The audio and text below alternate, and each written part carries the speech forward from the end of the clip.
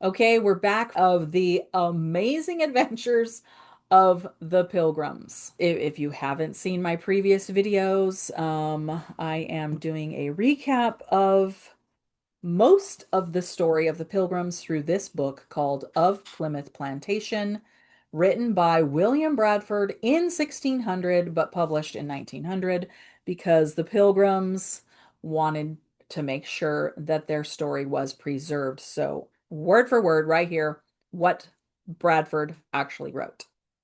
Amazing story. You should read it if you haven't. It's better than the best saga you've seen on TV. Literally.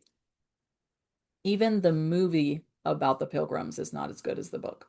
Anyway, okay, so we're going to start with the Voyage to America. This is the Voyage to America part. The Pilgrims faced a harsh reality on their voyage to America.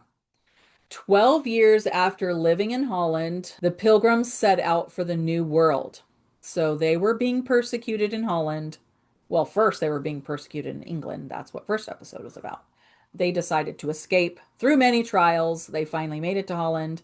And now, after 12 years, they decided we've had enough of Holland and enough persecution. We need to find a true place where we can call home that's actually free from persecution.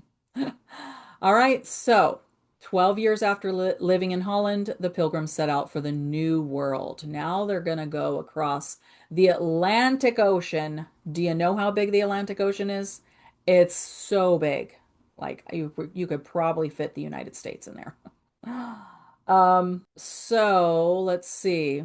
The two ships originally departed, so two ships, but rough winds forced one of them to turn back. So imagine you made this journey or this decision to leave, and let's say, 200 people left and they all got on board, but half of them or a portion of them have to go back. It's crazy.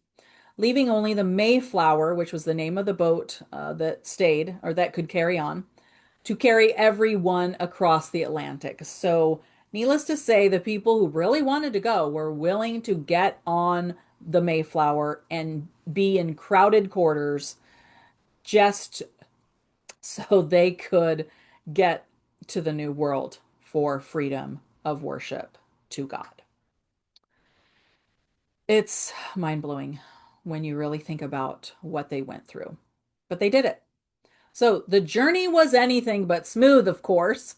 The seas were violent, not just rough, but violent. A passenger was swept overboard, as you could imagine, and a pregnant woman gave birth mid-voyage to name the baby Oceanus. Isn't that cute?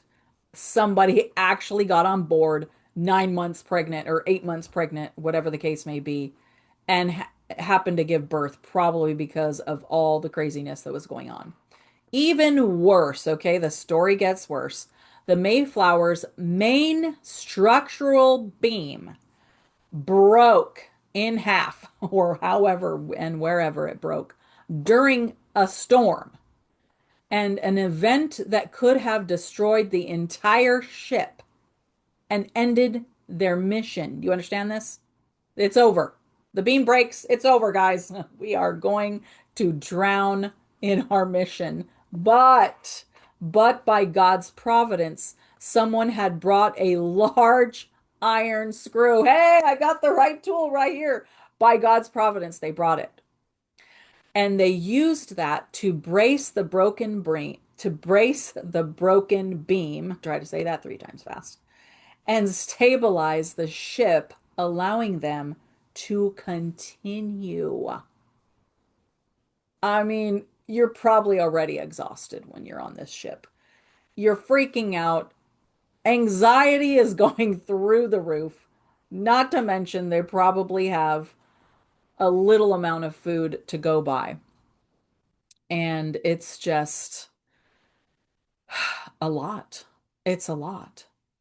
On top of physical hardships, the Pilgrims endured ridicule. Okay, how can this like seriously get any worse?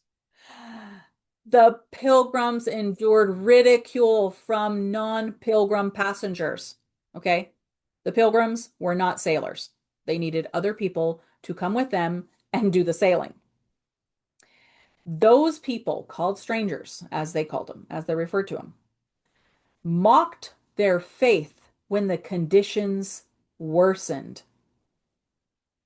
And one of the quotes is, why don't you actually, no, that's from Job.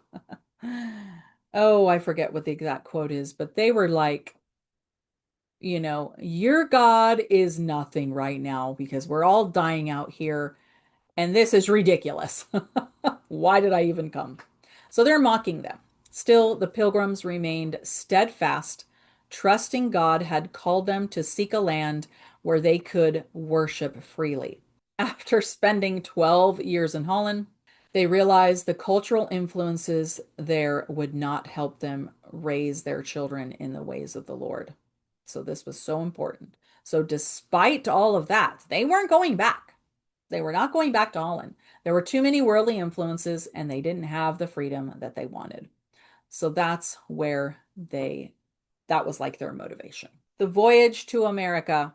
Do I need to repeat this? If you've come this far, you already know I am summarizing Bradford's history, Voyage to America. If you're studying this with your kids, just list all the trials.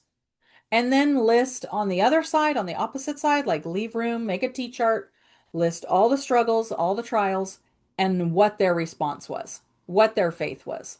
It's an amazing study.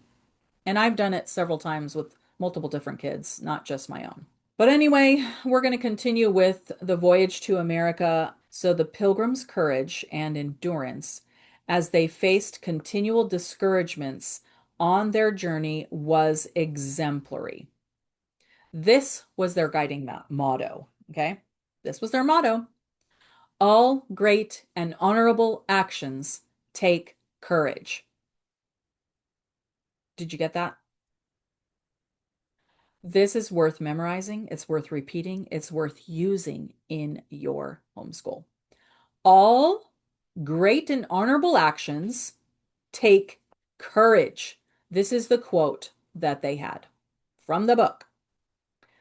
So that quote, that motto, shaped their unshakable faith that God would help them overcome every single challenge. So they had left Holland September 6, 1620. They boarded the cramped Mayflower with about 100 passengers.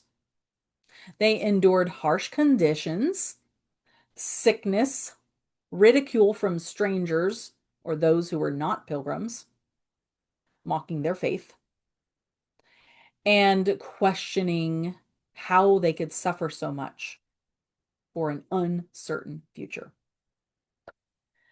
But when you read of Plymouth Plantation by William Bradford, you will see the providence of God. Because after a period of fair weather, so you think one thing was bad and then there's some calm, but then the ship was battered by repeated storms and violent crosswinds.